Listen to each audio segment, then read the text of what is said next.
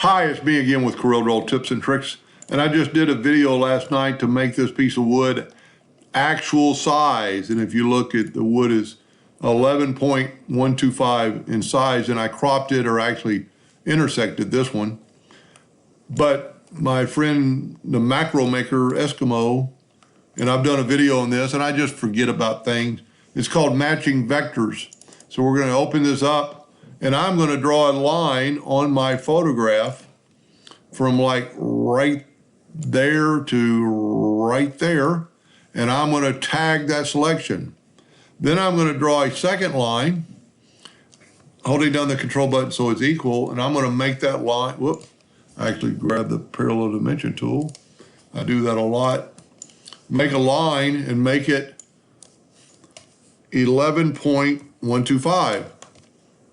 And I have unchecked allow for multiple vectors, and now I'm going to move this out of the way. And now I'm going to tag the selection. Now, if I grab my entire picture, this opens up and it's matched vectors. It brought that picture.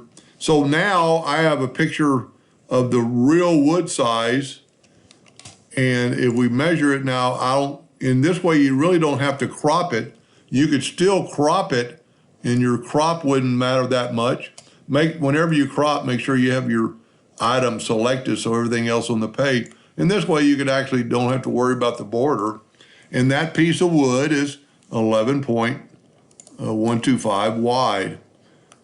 And if we grab out the parallel dimension tool and go from about the same spot to the same spot, of course you can always be, I'm not exactly on that edge over here.